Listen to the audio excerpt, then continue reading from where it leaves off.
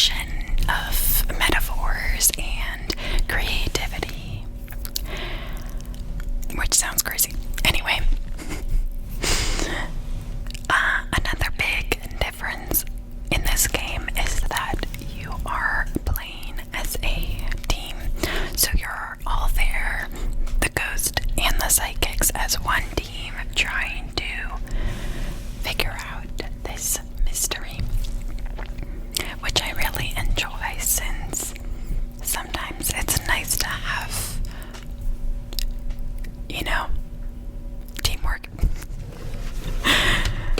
Sometimes it's nice to have a communal game where you're not competing with your friends. So,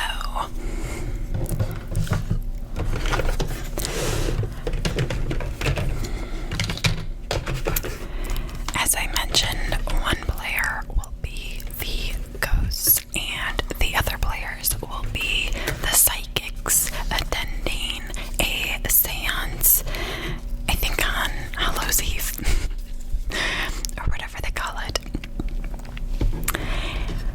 And the ghost, as you can guess, will only be able to communicate with these cards, which is difficult for me because I'm a very loud, talkative person.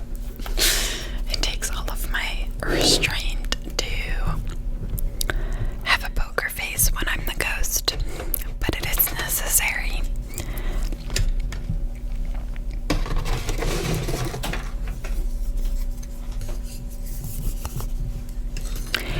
And then each psychic will be investigating a different route of the mystery. And then at the end of the game, all of the psychics will review all of the information that has been collected and try to discern who the murderer was.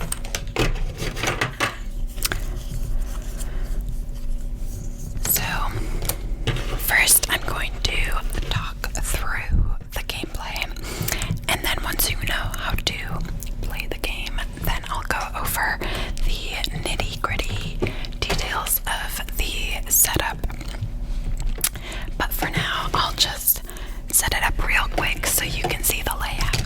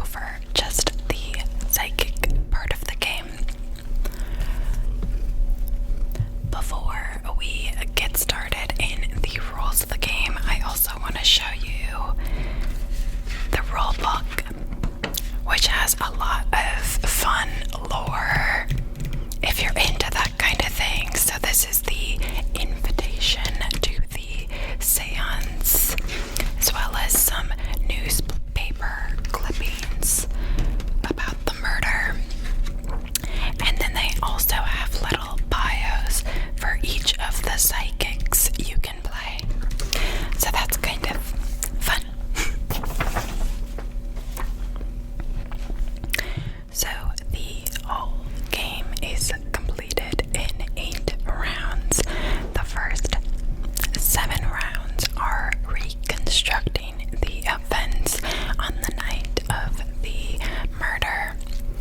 The last round is revealing the culprit. So we'll start with the reconstruction of events.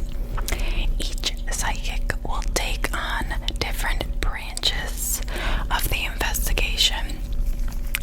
So your goal for these 7 rounds will be to figure out your suspect, their location on the night, and the possible weapon used in the murder. The ghost will give you clues for your investigation in that order, starting with person, then place, then weapon. So at the start of the game, everyone will be getting clues, guessing on their suspect. Each of the 7 rounds is called an hour, which is displayed on this little clock here. So the concept is the ghost can communicate with you best in the wee hours of the night. So you have to solve the murder between 1 a.m. and 7 a.m. when the sun rises and the connection with the ghost dissipates. In each round, you'll have 2 steps. 1, visual interpretation, and 2, spectral manifestation. In layman's terms, you'll get clues from the ghost, and then you'll make guesses on what the ghost was telling you. Each of the rounds is called an hour, but won't actually take you an hour to do. First, the ghost will give each of you, one at a time, they'll give each of you your vision to hint you towards your correct card. And the vision can be 1 or more cards. Now I'll explain the layout a little bit. So at the bottom here, you'll see the crystal balls on the first level, and then all of the suspects. Then the second level has the locations with all the locations, weapons, all the weapons. This up here is the clairvoyance tracker, which I'll talk about later, but each player has 1 token corresponding to their color. So let's say this game is 4 players, these 4 different colors, and each player will get their little character sleeve, as well as these clairvoyance tokens with the corresponding color. First, the ghost will give you 1 or more cards, which will be your vision from the ghost, and they'll place that face up in front of you. So let me make some room. I'll move these player things. Alright, so they'll place your vision in front of you without saying a word, and the ghost will be giving these visions out, 1 to each psychic in a round, and they'll be giving them out at their own pace, and that can require a lot of thinking time for the ghost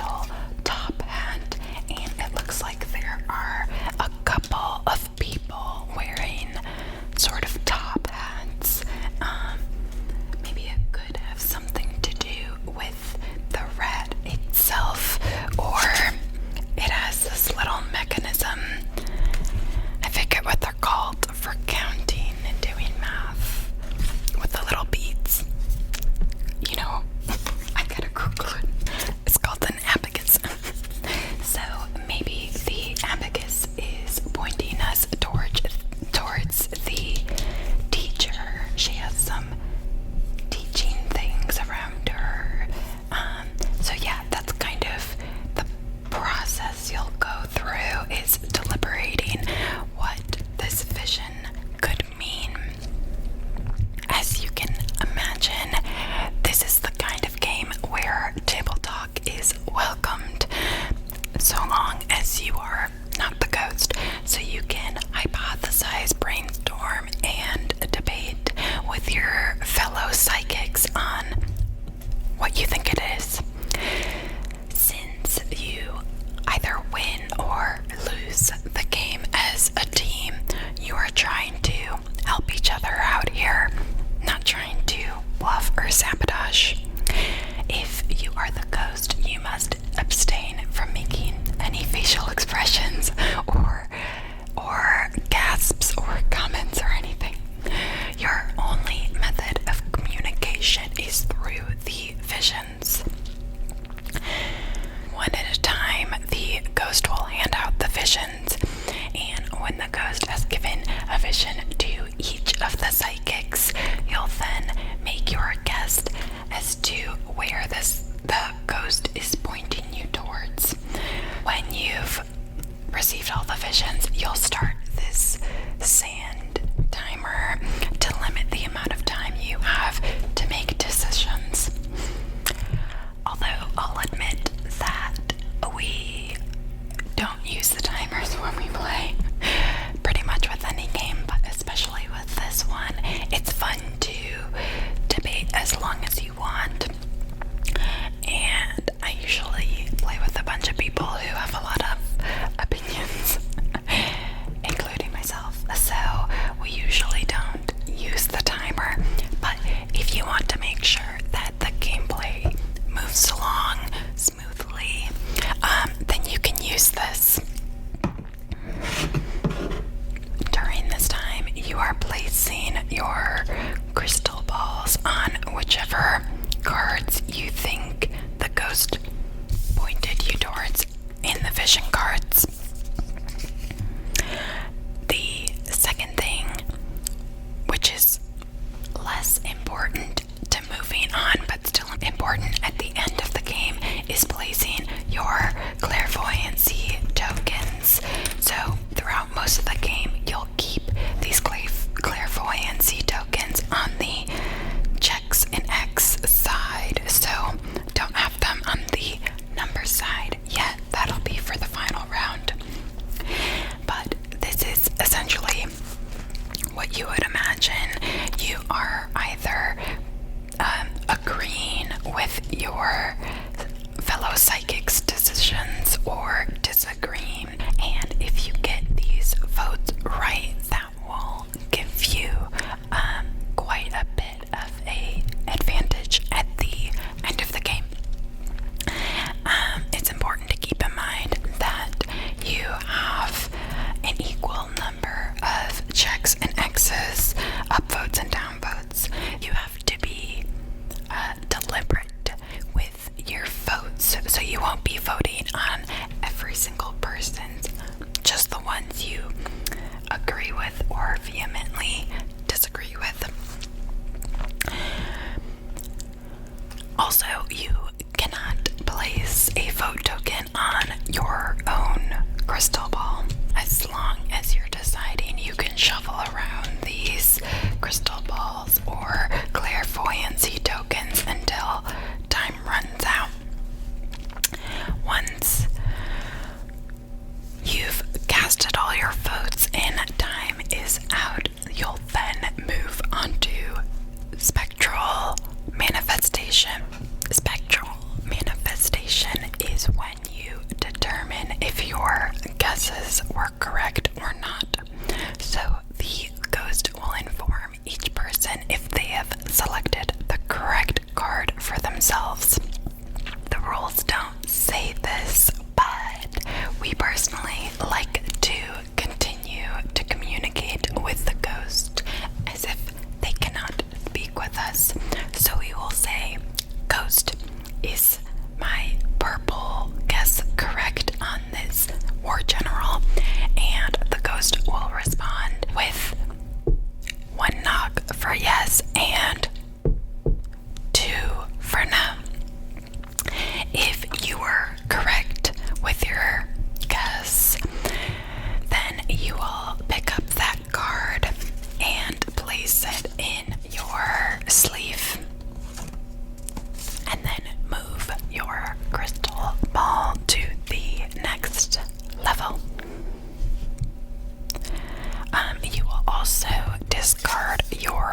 vision cards, and anyone who upvoted you will get to move their clairvoyancy tracker up one on here.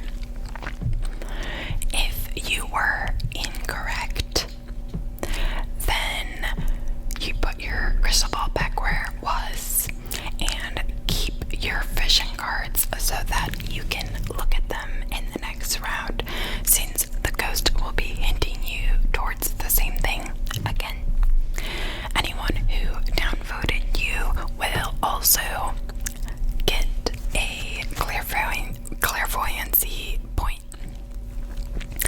Once you are done with the guessing, you will start another round of visions. To keep track of what round you are on, you will move the hour tracker up one. Your goal during these 7 rounds is for all of the psychics in your group to figure out their own trio of 3 cards. As each of you, finishes up with figuring out your cards, you will get to move your clairvoyancy tracker up 1 for each hour that is remaining on the clock. So it is nice to finish up your guesses early. And then once you're done with your guesses, you can help the other players in figuring out their visions as well.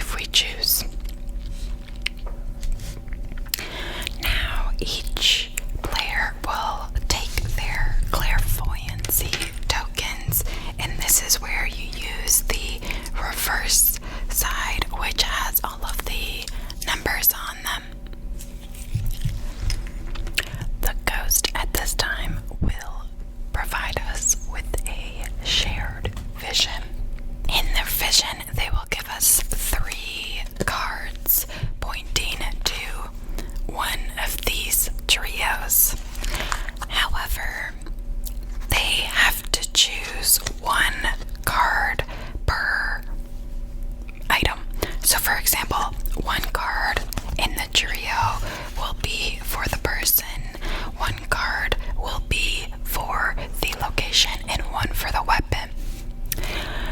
The worst part is we won't know which is which. The ghost will have to shuffle them up. And so we will have to try to piece together what the three cards are pointing towards in one single trio. As the ghost places these three cards down, they will also place the culprit number face down so we can't see it. Then we will begin the voting process, and this is where the clairvoyancy points on this tracker come into play. Any players that have 0 to 4 on the tracker will only be able to see one card at the time of voting. Anyone who has 5 or 6 points will be able to see 2 cards at the time of voting, and then 7 onwards will be able to see all 3 cards before they vote. In order to win the game, you all as a group must cast a majority vote for the correct culprit. During the revealing of the visions and the final voting, no table talk is allowed. So unlike most of the game, you will no longer be able to brainstorm with your fellow psychics. As you go through this voting process, whenever you get to vote, you will take your clairvoyancy tokens in secret, and you will choose one of them and place it in your character slip.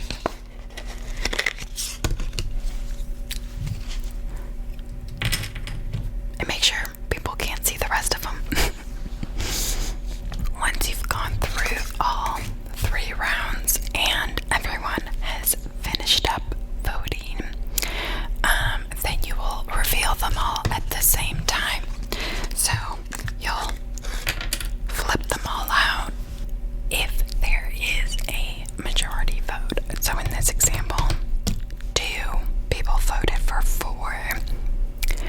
Then that is the number you will go with as a group. If there is no majority, then the tie is broken by whichever vote was cast by the person furthest on the clairvoyance tracker. Once you have determined which number you all voted for is the culprit, then you will flip over the token that the ghost had placed of the true culprit. If you got it right, then you all win. So now I'm going to go through the ghost gameplay. So let me clean this up and place out the ghost setup. So as a ghost, you will have exclusive access to these secrets. The first row here is the suspects, then the locations, and then the weapons, and each column has a specific color corresponding to that psychic's character. So that's how you can keep track of the trios. And then in your hand, you will have 7 of these fishing cards. And you'll have 7 in your hand at all times. So as you are playing cards in the form of visions, you will then pick back up so that you have 7 in your hand again. So as you kind of saw the structure earlier, you're going to be first showing them who their suspect is, and that's what you'll first give them visions on. And then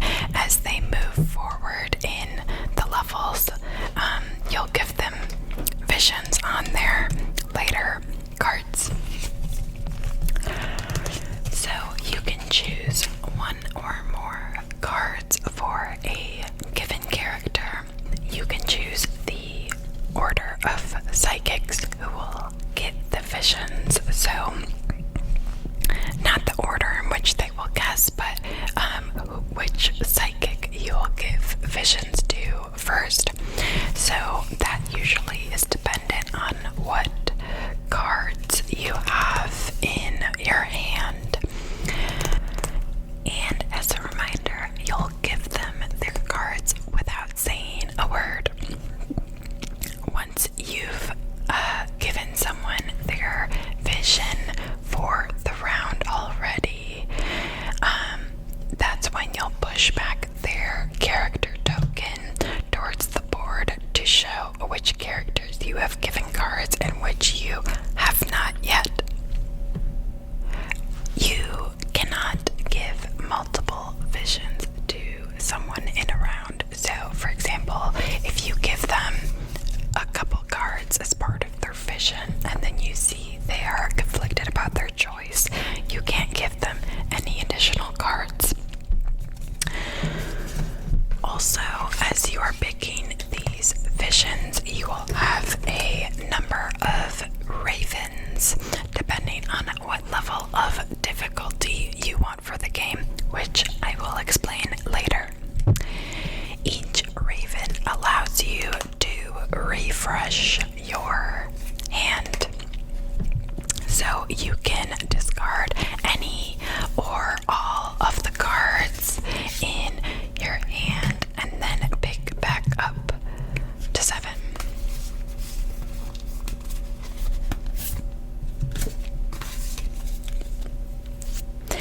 Each time you refresh your hand, take one of these ravens and place it on the top of your board, like so.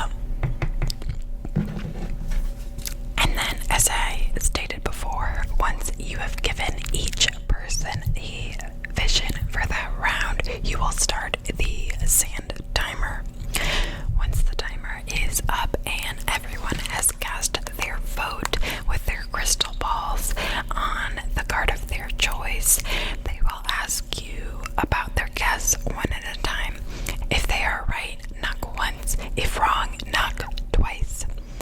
Then everyone will move their crystal balls to whichever level they're at. So if they succeeded, they go to the next level. And then you'll start the vision process over again, giving each person another vision. If you succeed in having each psychic get through the 3 levels of guessing their suspect location and weapon, then you'll move on to revealing the culprit. At this time, you'll need to pick a shared vision to be presented to all of the psychics. So you will choose 3 cards, all pointing towards one of the trios, which you saw earlier. One for the person, one for the location, and one for the weapon. And then you will shuffle these up and place them face down here.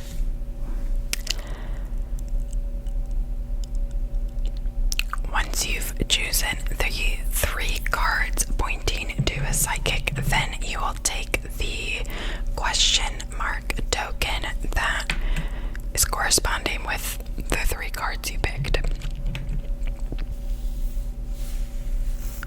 And then the psychics will go through their voting process. Once everyone has voted, you will then reveal your culprit number, and hopefully you won. So that covers how you play the base game of Mysterium, and now I want to talk through some alternate rules you can use for the game. So first, as I alluded to earlier, you can adjust the level of difficulty, so you can vary it, easy, medium, hard, depending on what you are feeling that day, which is nice. And I'll put the specifications for easy, medium, hard here. So in the easy version of the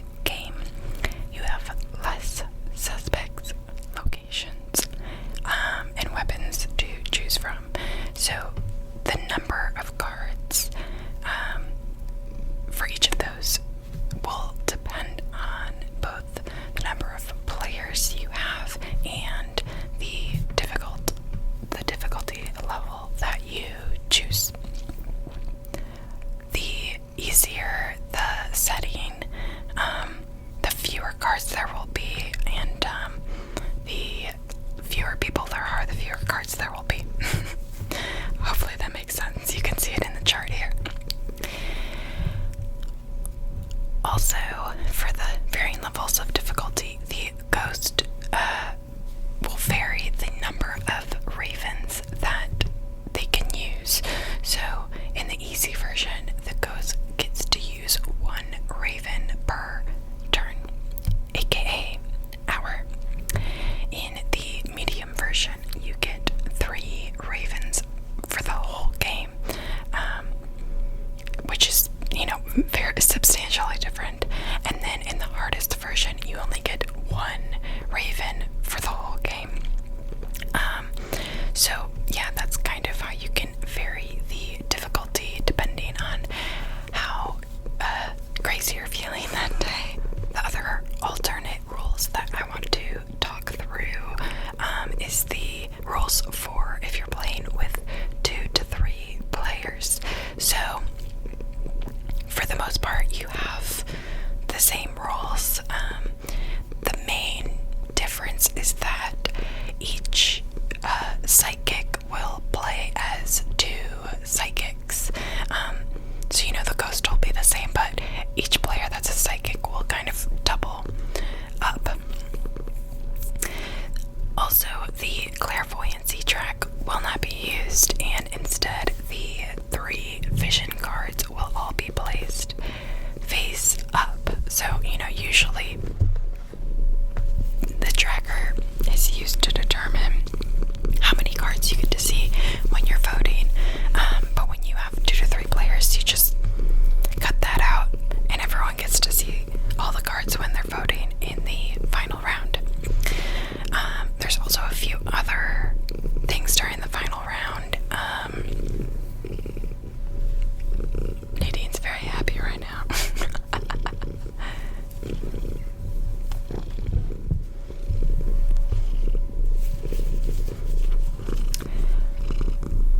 There's also a few other differences in the final round. So, for example, you will have to randomly create additional sets of cards to guess from.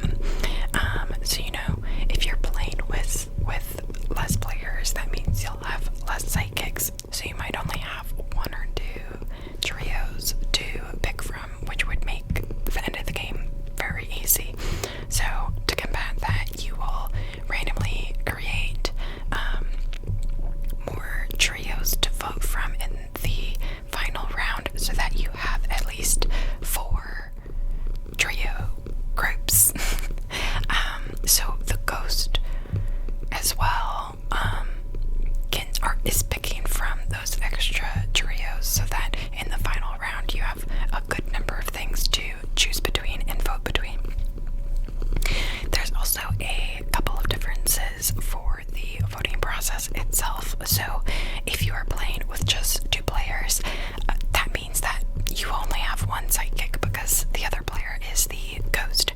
So there's not really a vote, just the psychic chooses what their decision is for the final culprit.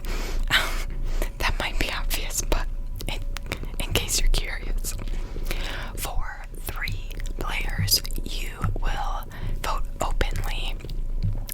So similarly to, the bulk of the rounds, if you have 3 players, then in the final round, you will also be able to debate and talk through things in order to make the final decision of who the culprit is. However, you must all agree upon the decision. So those are the alternate rules for the game.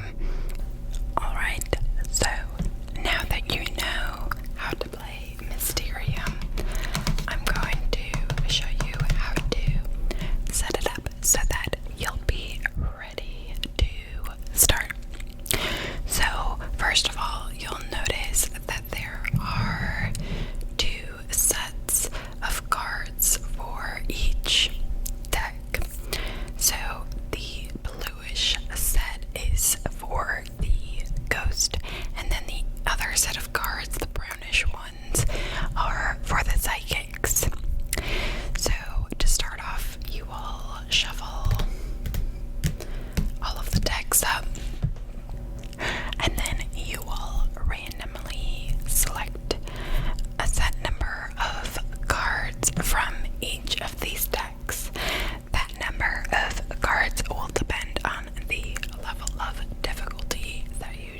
use and the number of players in the game, as you can see here. So you will have the same number of cards in each of the 3 categories. So if you have 6 people, you'll have 6 weapons, you know. So you'll randomly select, you know, a 6 from the weapons, 6 from the locations, and 6 from the people. And then you can set the remaining cards back into the box.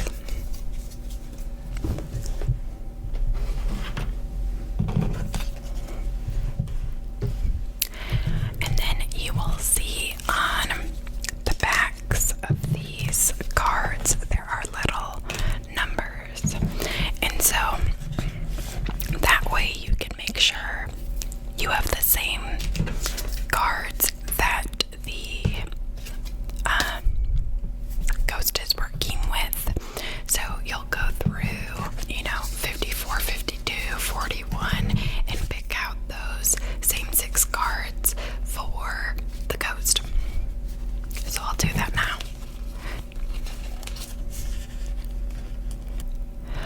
And then for the ghost, they will randomly shuffle up their little decks here and assign them to their psychics. And this board has nice little sleeves that you can tuck them into.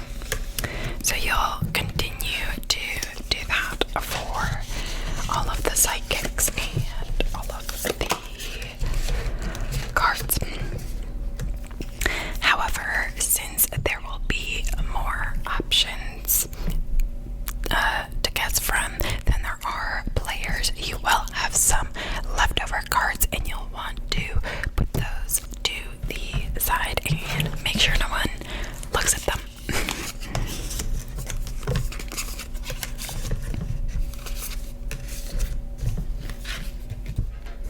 And then this will go over towards one side for just the ghost to see, and the ghost will also get however many ravens you've decided, and these player plaques so that they can keep track of which visions they've given already in the game. Then while the ghost is doing their setup, the psychics will set up their arena, and first choice as always is what color each person would like. So each player gets a crystal ball, a clairvoyance tracker, which they put by the clairvoyance numbers, their clairvoyance tokens, and their character sleeve. And typically all of the psychics will sit in a circle for the séance feel, also because that's common sense. Easiest to see the cards. Then we will take these cards that we selected earlier and place them in each level, like so. And these little levels have symbols for the weapons.